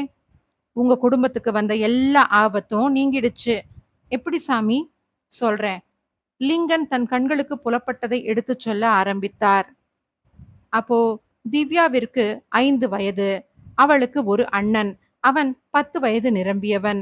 மழலை முகம் மாறாத குழந்தைகளுக்கு பெற்றோருடன் வாழ ஏனோ கொடுத்து வைக்கவில்லை. ஒரு கோர விபத்தில் உயிரை பிரிந்தார்கள். திவ்யாவிற்கு அதை புரிந்து கொள்ளும் வயது கூட இல்லை. அதன் பிறகு அவள் அண்ணன் கண்ணன் தான் அவளுக்கு எல்லாமே. கண்ணா படிப்பின் உறவை முறித்துக்கொண்டு அச்சிறு வயதிலேயே வேலைக்கு சென்றான். அப்படியே 16 வருடங்கள் கழிந்தது. அம்மா, அப்பா என்று பெற்றோர் இல்லாமல் இருந்தாலும் இருவரும் சந்தோஷமாகவே இருந்ததை வைத்து வாழ்ந்தனர். எப்பொழுதும் அண்ணாவை மட்டும் பிடித்த திவ்யாவிற்கு இப்பொழுது இன்னொரு உறவையும் பிடித்தது. அதுதான் ரமேஷின் காதல். ஃபேஸ்புக்கில் அறிமுகமாகி நண்பர்களாக பழகி காதலில் இணைந்தார்கள். அப்பா அம்மா இல்லாத திவ்யா ரமேஷை கண்மூடித்தனமாக நம்பி விரும்பினாள். ரமேஷை தன் அப்பாவாக எண்ணினாள். இனி எந்த தடையும் இல்லாமல் ரமேஷுடன் சந்தோஷமான ஒரு வாழ்க்கை என்று கனவு கோட்டை கட்டினாள். ஆனால் ரமேஷ் அவளை பொழுதுபோக்கிற்காக காதலிப்பதாக சொன்னான் என்று அவளுக்கு புரியவே இல்லை. இறுதியில் அவளை வெறுக்க ஆரம்பித்து ஒதுக்கினான். நீ எனக்கு வேணா என்று சொல்லியும் அவளை நோகடித்தான். அவளால் அதை தாங்கிக் கொள்ளவே முடியவில்லை. இறுதியாக அவன் நினைவுகளை சுமந்து மட்டும் வாழ முடியாதென்ற முடிவிற்கு வந்த அவள் அடுக்குமாடியில் இருந்து விழுந்து தற்கொலை செய்து கொண்டாள். தங்கை இறந்த சோகம் தாழாமல் கண்ணனும் தற்கொலை செய்து கொண்டான். இப்பொழுது உங்களுக்கு புரிந்திருக்கும். அன்று அலுவலகத்தில், இப்போ யாரால பிரச்சனை வரப்போகுது, அந்த பேய் யார கொலை பண்ண போகுதுன்னே கண்டுபிடிக்க முடியலையேடா. ரூபன் இளக்காரமாக சிரித்துக்கொண்டே, நான் கண்டுபிடிச்சிட்டேன்டா. உன்னாலதான். டேய், என்னடா சொல்ற? ஆமாண்டா, எதுலயும் எந்த க்ளூவும் கிடைக்கல. அதனால அதனால உன்னோட ஐடியையும் நான் ஹேக் பண்ணிட்டேன்டா மச்சான். ஓ, அப்படியா? எப்படிடா? எல்லாத்தையும் பண்ணிட்டு எதுவுமே தெரியாத மாதிரி நடிக்கிற?